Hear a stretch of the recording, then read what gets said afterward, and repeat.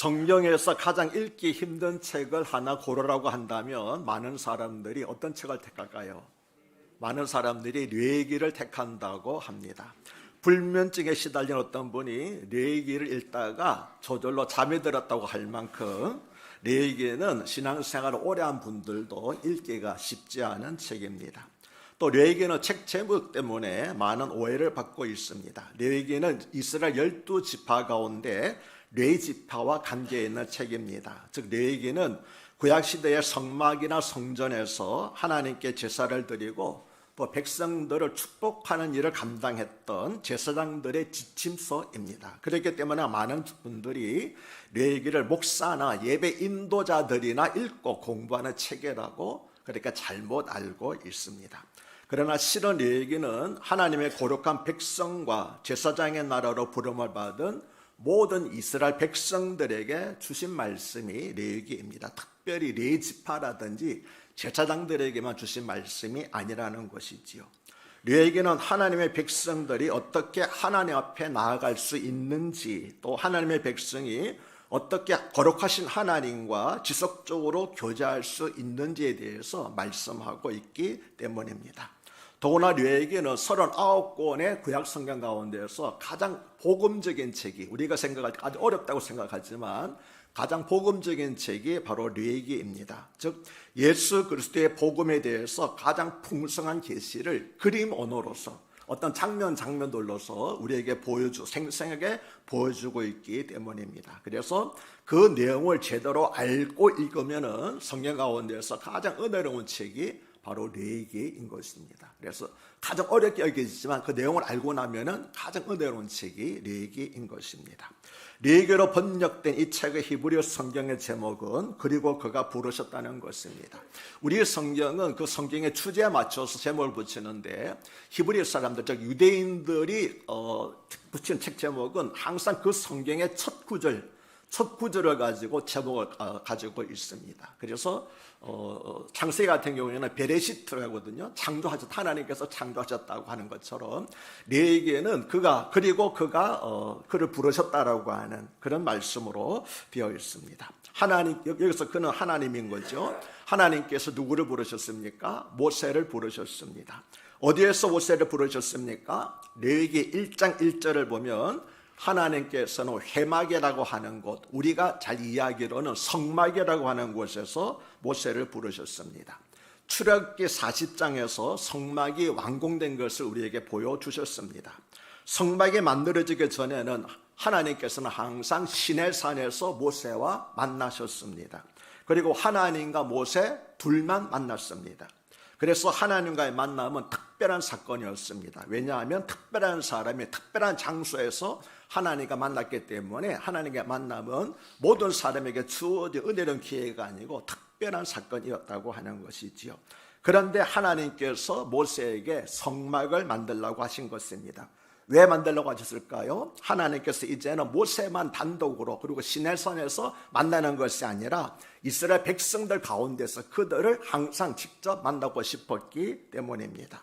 모세와 시내산에서 만나셨던 하나님께서 이제는 시내산에서 내려오셔서 이스라엘 백성 가운데 머물고 싶었기 때문입니다. 출애굽기 25장 8절과 9절에서 하나님께서는 모세에게 내가 그들 가운데 머물 수 있도록 그들에게 내가 머물 성소를 지으라고 하여라. 내가 너에게 보여주는 모양과 똑같은 모양으로 성막과 거기에 쓸 모든 기구를 만들어라고 지시하셨습니다. 시내산에서 모세와 단독으로 만나셨던 하나님께서 이제는 이스라엘 백성들 가운데서 머물면서 이스라엘 백성들의 예배를 받으시려고 성막을 만들게 하신 것이었습니다. 그래서 성막이 완공되자 이제 하나님께서는 시내산 위에서 모세를 부른 것이 아니라 성막에 오셔서 임재하셔서 성막에서 모세를 하나님께 나오게 하신 것입니다. 뇌기는 출애굽기에서 완성된 성막의 용도가 무엇인가에 대한 해설서라고 말씀드릴 수도 있습니다. 출애굽기는 아까 말씀드린 것처럼 하나님께서 모세에게 명하신 대로 성막을 건립하는 곳으로 끝을 맺고 있습니다. 그러면 어떻게 이 백성들이 이 성막을 사용할 수 있을까요? 하는 질문이 제기되겠지요. 바로 레위기는 이 성막을 어떻게 사용할 수 있는가라고 하는 이용 지침서라고 하는 것입니다. 레위기는 성막이 완공된 후 시내산을 떠나기까지 기간이 한 달 동안 모세가 성막에서 하나님의 계시를 받아서 기록한 것입니다. 적당한 비유가 될지 모르겠는데 성막이 컴퓨터의 하드웨어라고 한다면은 레위기는 그 컴퓨터의 운영 프로그램, 즉 소프트웨어입니다. 그러므로 성막이라고 하는 하드웨어 운영 프로그램은 레위기를 바로 이해하려면은 하나님께서 출애굽기에서 말씀하셨던 율법의 기능과 그리고 이제 레위기에서 말씀하시는 성막의 기능이 어떤 점에서 차이가 있는지, 어떤 특징이 있는 것을 알 때 우리가 보다 더 잘 이해할 수가 있습니다.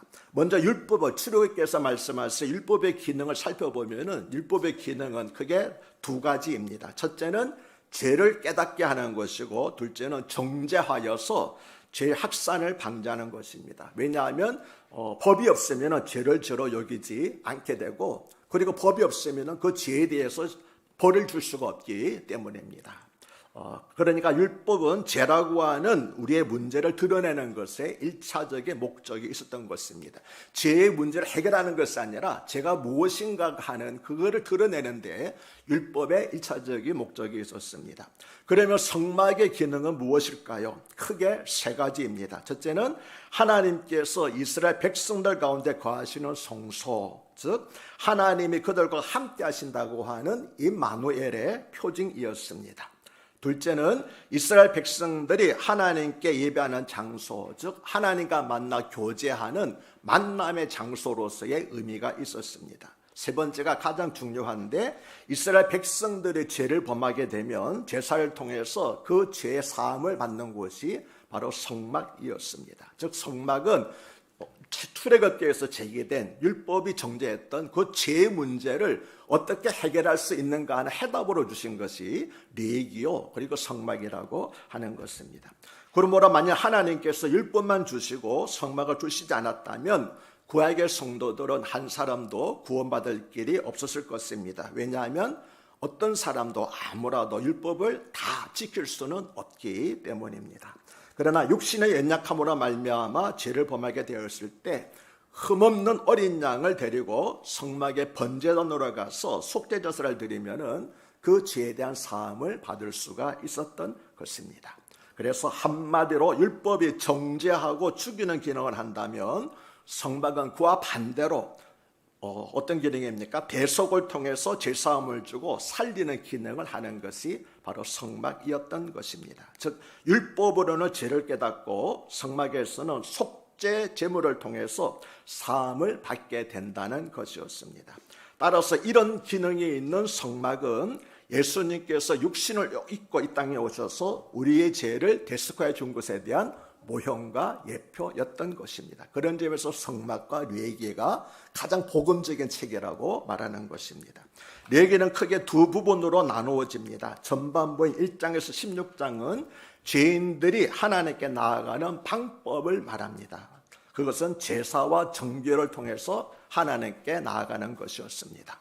후반부인 17장에서 27장은 하나님과의 교제를 지속하며 동행하는 방법을 말씀하는데, 그것은 순종과 헌신을 통해서 하나님과 지속적인 교제를 누릴 수 있게 되는 것이었습니다. 이스라엘 백성들은 이집트 땅에서는 이집트의 왕인 바로의 백성, 즉 바로의 종으로 살았습니다. 그때는 이스라엘 백성들은 하나님을 예배하지 않았습니다. 그들은 하나님 대신에 이집트의 왕과 이집트인들이 신으로 섬기던 우상들을 섬겼습니다. 그러나 그것은 참 살아남게 온 생존을 위한 종교적 행위에 불과했지 영과 그리고 진정으로 드리는 참된 예배는 아니었던 것입니다. 그래서 하나님께서는 바로의 종으로 살지 않고 하나님의 백성으로 살아가도록 이스라엘 백성을 이집트에서 불러내셨습니다. 그러나 이스라엘 백성들은 430년 동안 종살이하던 이집트에서 출발해서 바로 가나안 땅으로 가지 않았습니다. 출애굽한 이스라엘 백성들은 가나안 땅으로 가기 전에 어디로 갔습니까? 시내산으로 갔습니다. 왜 그렇습니까? 시내산에서 하나님의 백성으로서 언약을 맺기 위해서 그들은 먼저 시내산으로 갔습니다. 시내산에서 이스라엘 백성들은 하나님과 언약을 맺었습니다. 그것이 바로 우리가 잘 아는 시내산 언약인데, 그 시내산 언약의 핵심을 요약한 것이 출애굽기 19장 5절과 6절에 세계가 다 내게 속하였나니 너희가 내 말을 잘 듣고 내 언약을 지키면 너희는 모든 민족 중에서 내 소유가 되겠고 너희가 내게 대하여 제사장 나라가 되며 거룩한 백성이 되리라고 하는 것이었습니다. 이것이 시내산 언약의 핵심입니다. 그러므로 이스라엘 백성들에게는 출애굽 사건도 중요하지만 하나님께서 출애굽시킨 목적, 다시 말하면 더 중요한 것이 하나님과 언약을 맺는 것이었던 것입니다. 하나님은 다만 종살이한 이스라엘 백성들의 불쌍해서 이집트에서 건져주신 것이 아니었습니다. 하나님께서 이스라엘 백성들을 이집트에서 보내신 목적은 하나님께서 아브라함에게 약속하신 대로 가나안 땅에서 살게 하시는 것이었습니다. 그러나 생각해 보십시오. 이집트에서 가나안으로 사는 자리만 바뀌었을 뿐, 장소만 바뀌었을 뿐, 하나님의 백성이 여전히 죄의 노예 근성으로 살아간다면 그것이 무슨 의미가 있겠습니까? 애굽에서 바로의 종으로 살아가는 것이나 가나안 땅에서 죄의 종으로 살아가는 것과 무슨 차이가 있겠습니까? 아무런 의미가 없지 않겠습니까? 그러므로 하나님께서 이스라엘 백성들을 430년 동안 종살이하던 이집트에서 건져주신 목적은 이스라엘 백성들이 가나안 땅에서는 거룩한 하나님의 백성으로 자유를 누리면서 살아가도록 하시기 위하여서, 그래서 하나님께서 이스라엘 백성들을 출애굽시키신 것이었습니다. 그리고 이스라엘 백성이 가나안 땅에서 하나님의 백성으로 가장 살기 위해서 가장 먼저 필요한 것이 하나님과 언약을 맺는 것이었습니다. 이것은 한 국가를 세울 때 가장 먼저 헌법을 만드는 것과 같은 이치입니다. 즉 우리는 누구인가, 우리는 어떤 민족이 되어야 하는가 하는 민족적인 국가의 정체성을 밝히는 것이 바로 하나님의 언약이었던 것입니다. 그리고 하나님의 언약 백성이 된 후에 이스라엘 백성들에게 주신 것이 십계명과 율법이었습니다. 십계명과 율법을 지키면 하나님의 백성이 되는 것이 아니라 하나님의 백성이 되었기 때문에 하나님의 백성들 어떻게 살아야 하지요? 하는 구체적인 지침으로 주신 것이 십계명과 율법이라고 하는 겁니다. 십계명과 율법은 이집트에서 노예로 살아가던 이스라엘 백성들에게 주신 말씀이 아닙니다. 시내산에서 하나님과 언약을 맺음으로써 하나님의 거룩한 백성이 된 이스라엘 백성들에게 그들이 이렇게 살아야 된다고 하는 실천할 것을 가르쳐 주신 것이 바로 십계명과 율법인 것입니다. 이스라엘 백성들은 유월절 어린 양의 피를 통해서 하나님의 백성으로 거듭났습니다. 그리고 이집트에서 나온 이스라엘 백성들은 홍해를 건너므로써 과거의 삶과 단절하고 새로운 시작을 의미하는 의미의 세례를 받았습니다. 그 후에 시내산에서 그들은 하나님과 언약을 맺음으로 하나님의 백성이 되었지요. 즉 그 언약을 통해서 이제 이스라엘 백성들은 바로의 종이 아니라 하나님을 섬기는 하나님의 백성이 된 것입니다.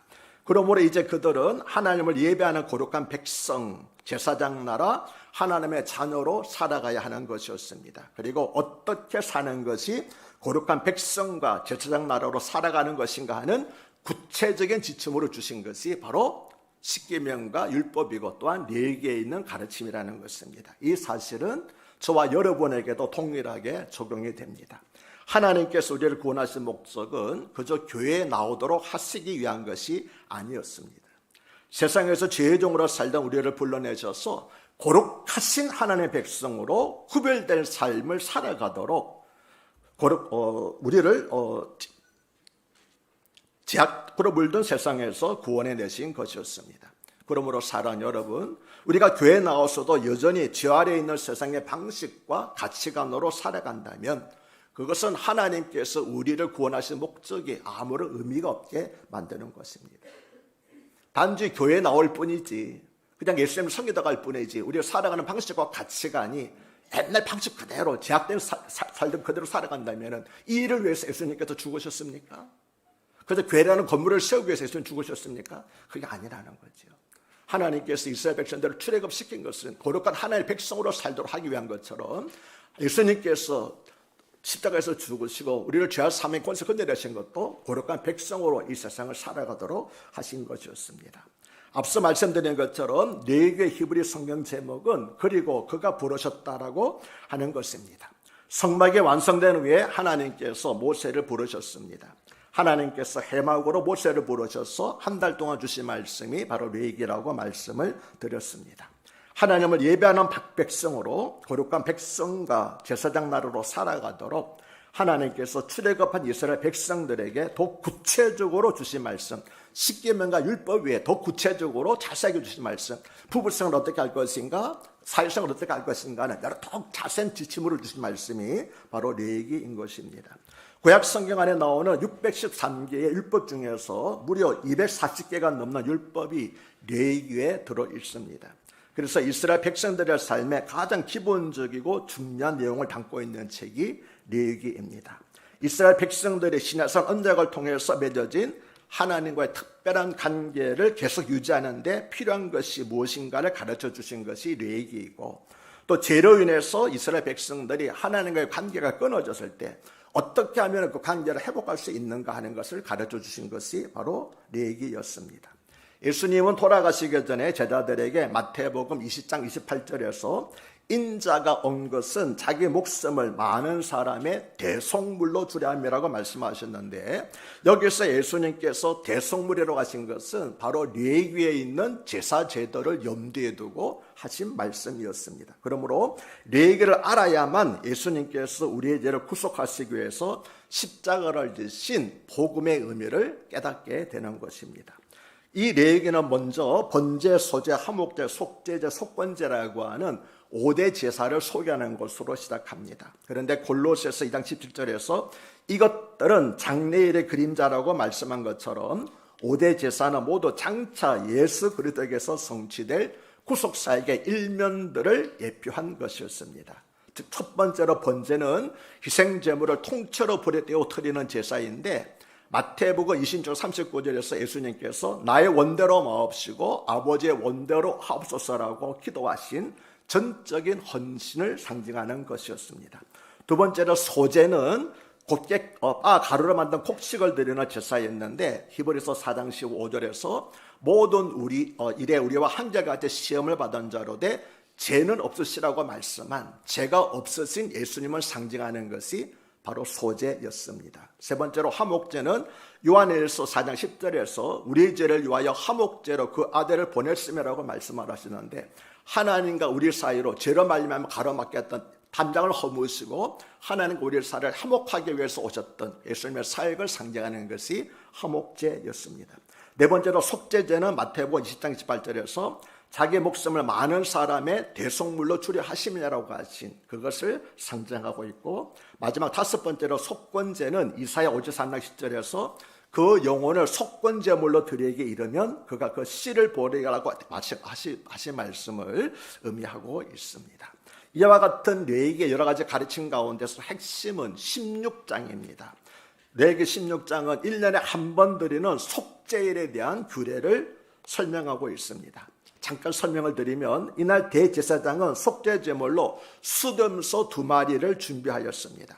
그 중에 하나는 온 백성을 위한 속죄제로 드려졌습니다. 레위기 16장 15절을 보면 백성을 위한 속죄제 염소를 잡아 그 피를 가지고 지성소에 들어가서 그 피를 속죄소 위와 속죄소 앞에 뿌리라고 말씀을 합니다. 여기서 속죄소는 하나님의 보좌, 임재하신 하나님의 보좌를 상징하는 언약궤 뚜껑을 가리켜서 속죄소 또는 시운자라고 그렇게 말을 하고 있습니다. 그런데 왜 대속 제물의 피를 속죄소 위와 그리고 속죄소 앞에 뿌리라고 하였을까요? 어렵지만 바로 여기에 복음의 핵심이 있는 것입니다. 하나님께서 위에서 우리를 보실 때에 속죄소 위에 뿌려진 대속의 피를 통해서 우리를 보신다는 것입니다. 또 속죄소 앞에 뿌리라고 하신 것은 지성소 밖에 있는 우리를 보실 때에 앞에 뿌려진 대속의 피를 통해서 또한 우리를 보신다는 것. 그래서 피를 통해서 우리를 보신다. 위에서 보실 때, 지성소에서 바깥을 보실 때 피를 통해서 우리를 보신다고 하는 그런 의미를 가지고 있습니다. 애굽의 장자를 심판하실 때도 집안에 있는 사람들을 문에 뿌려진 대속의 피를 통해서 보심으로써 그 집을 건너가셨지요. 이것이 유월절 사건 아닙니까? 하나님께서 이러한 모형을 통해서 그리스도의 구속으로 말미암아 피 아래 하나님의 은혜 아래 십자가 아래 있어야만 구원을 얻을 수 있다는 것을 상징적으로 미리 예표로 보여주셨던 것입니다. 그래서 사도 바울은 이 계시를 로마서 6장 14절에서 너희가 죄가 너희를 주관하지 못하리니 이는 너희가 율법 아래 있지 아니하고 은혜 아래 있기 때문이라고 그렇게 말씀을 하였습니다. 또 한 마리 염소가 있었지요. 이 염소에 관해서 레위기 16장 21절과 21절은 아론 즉 대제사장은 두 손으로 산 염소의 머리에 안수하여 이스라엘 자손의 모든 불의와 그 범한 모든 죄를 고하고 그 죄를 염소의 머리에 두어 미리 정한 사람에게 맡겨 강야로 보낼지니 염소가 그들의 모든 불의를 지고 무인지경에 이르거든 그는 그 염소를 광야에 놓을지라고 말씀합니다. 이 염소를 아사셀 염소라고 하는데 이 염소는 1년에 한 차례씩 즉 속죄일에 이스라엘 백성들의 모든 죄를 대신 짊어지고 강야로 끌려가서 낭떠러져서 떠밀려 죽었습니다. 이때 이스라엘 온 백성들은 아사셀 염소가 점점 멀리 떨어져 사라지는 것을 끝까지 지켜보아야 했습니다. 시편 103편 12절에 동일서에서 먼 것 같이 하나님께서 우리의 죄가를 우리에게서 멀리 옮기셨다는 말씀은 바로 이 아사셀 염소를 가리켜 하신 말씀입니다. 이스라엘 백성들을 지켜보고 있는데 이스라엘 백성들의 죄를 머리 안 써봤고 그 죄를 짊어지고 갔던 아사셀 염소가 까맣게 멀어지는 것을 이스라엘 백성들이 보고 있습니다. 그 뭘 보았을까요? 하나님께서 우리의 죄를 여기로부터 저기까지 옮기시는구나 라고 하는 것을 그들 마음속으로 다짐을 했던 것이지요. 그리고 요한복음 12장 1장 29절에서 세례 요한은 제자들에게 예수님을 증거하면서 보라 세상 죄를 지고 가는 하나님의 어린 양이로다라고 하였는데 이것은 아사셀 염소를 가리키는 것이었던 겁니다. 즉 아사셀 염소는 예수님의 십자가 대속에 대한 그림자였다는 것입니다. 아멘이십니까? 레위기 23장에는 3대 절기인 유월절과 오순절과 초막절이 나옵니다. 먼저 유월절은 그리스도께서 유월절 양이 되어주심으로써 이미 성취가 되었습니다. 오순절도 성령 강림으로 이미 성취가 되었습니다. 이제 한 가지 남아있는 것은 초막절인데 초막절은 하루가 아니라 7일을 지키는 절기입니다. 그런데 그 초막절의 끝날을 가리켜서 큰 날이라고 합니다. 왜 초막절의 끝날 7일 동안 지키는 초막절의 끝날을 큰 날이라고 한다고 하면은 이것은 그리스도의 제 이름으로 말미암아 성도들이 천국에 들어가는 것을 상징하는 날이었기 때문에 그래서 초막절의 마지막 끝날을 가리켜서 큰 날이라고 한 것이었습니다. 그러므로 지금 우리는 초막절이라면 7날짜는 7일 동안 지키잖아요. 7일은 완전수 아닙니까? 그래서 7일간의 초막절 가운데서 어느 날을 지금 우리가 지키고 있는 것이고 초막절 마지막 날 끝날은 주님께서 재림하시는 날입니다. 그래서 주님 재림하시게 되면 그 끝날에 우리 어디로 들어갑니까? 천국에 들어가는 것을 이스라엘 백성들은 초막절을 지키면서 그들은 상징적으로 그렇게 예배를 드렸던 것입니다. 이처럼 3대 절기는 하나님의 구원 계획에 대한 절묘한 요약이라고 할 수가 있습니다. 그러므로 하나님께서는 자기 아들을 통해서 이루어 주실 복음의 비밀을 5대 제사와 속죄일과 그리고 3대 절기라는 예표를 통해서 우리에게 미리 알려주신 것이었습니다. 레위기의 또 하나 주제는 어떻게 하나님과의 교제를 지속하며 동행하는 삶을 살 수 있는가 하는 것입니다. 하나님은 당신의 백성들이 그저 예배만 제사만 드리는 것을 원치 않으셨습니다. 제사와 예배를 통해서 하나님께 나오게 된 하나님의 백성들이 하나님과 계속 동행하며 살기를 원하셨습니다. 하나님의 백성은 이집트나 가나안 사람과 구별된 사람들이기 때문입니다. 이스라엘 백성들이 구별되고 정결한 백성들이기 때문에 거기에 맞게 살도록 정결법이라고 하는 것을 주셨습니다. 레위기는 레위 사람들을 위한 책이 아닙니다. 레위기는 제사장들의 매뉴얼도 아닙니다. 물론 레위기 안에 제사장들과 레위인들이 하나님께 예배하고 하나님과 동행하는 법들이 나오고 있지만 출애굽한 모든 이스라엘 백성들에게 꼭 필요한 말씀이 바로 레위기입니다. 하나님께 가까이 나아가기 위해서 하나님과 친밀하게 동행하기 위해서 꼭 읽고 묵상할 필요가 있는 책이 레위기인 것입니다. 그래서 어떤 목사님은 레위기를 가리켜서 레위기 제목을 이렇게 붙였습니다. 내가 살아가는 이유, 하나님의 거룩한 백성이 되는 것이라고 레위기의 제목을 붙였습니다. 하나님께서는 먼저 레위기 18장 3절에서 너희는 너희가 거주하던 애굽 땅의 풍속을 따르지 말며 내가 너희를 인도할 가나안 땅의 풍속과 규례도 행하지 말라고 하면서 안 되는 것, 즉 해서는 안 되는 것을 먼저 말씀하시고 이어서 18장 4절에서는 너희는 내 법도를 따르며 내 규례를 지켜 행하라. 나는 너희 하나님 여호와니라고 준수해야 될 것을, 앞에서는 하지 말아야 될 것을 말씀하시고 이어서 해야 될 것을 말씀하셨습니다. 그리고 이것을 한마디로 요약한 것이 바로 오늘 설교 본문인 11장 45절에 나는 너희의 하나님이 되려고 너희를 애굽 땅에서 인도해낸 여호와라. 그러므로 내가 거룩하니 너희도 거룩하라고 하신 말씀입니다. 이처럼 거룩하게 사는 것이 하나님과의 교제를 지속하며 동행하는 삶을 사는 비결인 것입니다. 그런데 성경에서 거룩하다는 말은 구별되었다 또는 다르다는 것입니다. 하나님이 세상에 다른 모든 거짓 신들과 근본적으로 다르듯이 우리도 세상 사람들과는 근본적으로 다른 사람이 되어야 된다는 것이 너희도 거룩하라는 말씀 속에 포함되어 있는 뜻입니다. 즉 가치관이 다르고 추구하는 목적이 다르고 살아가는 방식이 그리스도인들은 세상 사람들과 근본적으로 달라야 한다는 겁니다. 이것이 거룩하게 살라는 것입니다. 모든 율법과 규정들은 거룩이라고 하는 한 가지 주제로 요하게 됩니다. 이스라엘 율법이 이방 나라의 것들과 비슷한 면이 있지만 분명한 차이가 있었습니다. 예를 들면 이교도는 짐승의 피를 마시지만 이스라엘 백성들은 피를 마시면 안 되었습니다. 왜냐하면 피는 오직 여호와 하나님께만 속해 있기 때문입니다. 그렇기 때문에 제단 아래 피를 뿌렸습니다. 또 이방 제사장 왕에 맞는 경우가 많고 왕이 신과 같이 행동하면서 마법사와 같이 주문을 외웠지만 이스라엘의 제사장은 흠이 있는 평범한 사람이었습니다. 또 비밀스러운 가르침과 주문이 없고 자기 자신의 죄를 위해서도 제사를 드렸습니다. 제사장은 백성에게 율법을 가르치는 교사이기도 했습니다. 그리고 가장 결정적인 이스라엘 백성들은 제사에서 제외된 사람, 방관자가 아니고 제사에 참여하는 사람이었습니다. 우리가 잘못 알고 있는 것이 이스라엘 민족들이 죄를 짓게 되면은 그저 희생제물을 끌고 오고 그 다음부터는 다 제사장이 알아서 하는 걸 알고 있지만 그렇지 않습니다. 희생제물을 끌고 와서 희생제물을 죽이고 희생제물을 산산조각 내고 조각 내고 내장과 이것다 물에다 씻고 그 다음에 제단 위에 올리는 것까지 다 누가 합니까? 죄인들이 합니다. 학교지 어떻게 합니까? 자기가 끌고 온 희생제물에다가 머리에다 안수하는 거예요. 복받으러 안수하는 것이 아니라 자기의 죄를 여기에다 고하는 겁니다.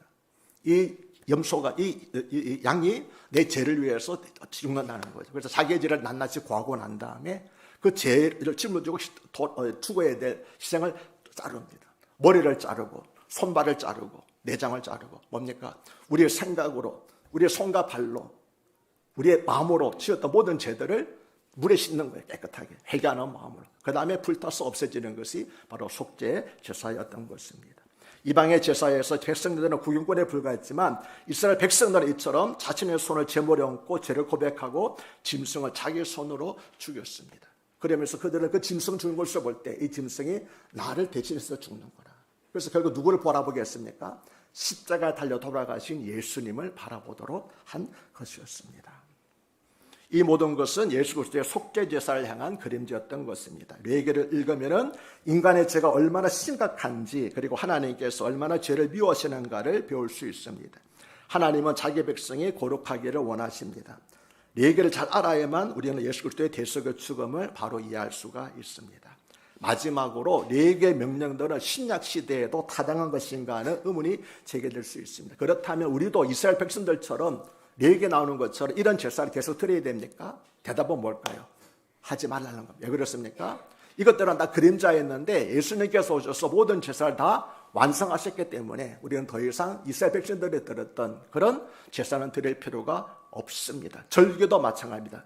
다 그대로 지킬 필요는 없습니다. 다만 그 제사와 절기가 담겨졌던 의미는 교훈은 오늘날 우리들에게도 소중하기 때문에 그래서 우리는 레위기를 옛날 책으로 보는 것이 아니라 레위기에 담겨져 있는 예수 그리스도의 구속의 비밀이 무엇인지 그 절기들이 상징하는 것이 무엇인지를 통하여서 우리는 예수님에 대한 많은 것을 배울 수 있기 때문에 오늘날에도 레위기는 꼭 우리가 읽고 그리고 은혜를 받아야 될 책인 것입니다. 사랑하는 여러분들 앞으로 레위기를 어려운 책으로 생각하지 마시고 가장 복음적이며 내용을 알고 나면은 가장 은혜가 되는 책이라는 걸 알고 읽으시고 자기 위해서 잠 안 올 때 펴고 이렇게 읽다가 주무시는 것이 아니라 은혜를 받기 위해서 레위기를 열심히 읽으시는 여러분 되시기를 주 이름으로 축복합니다.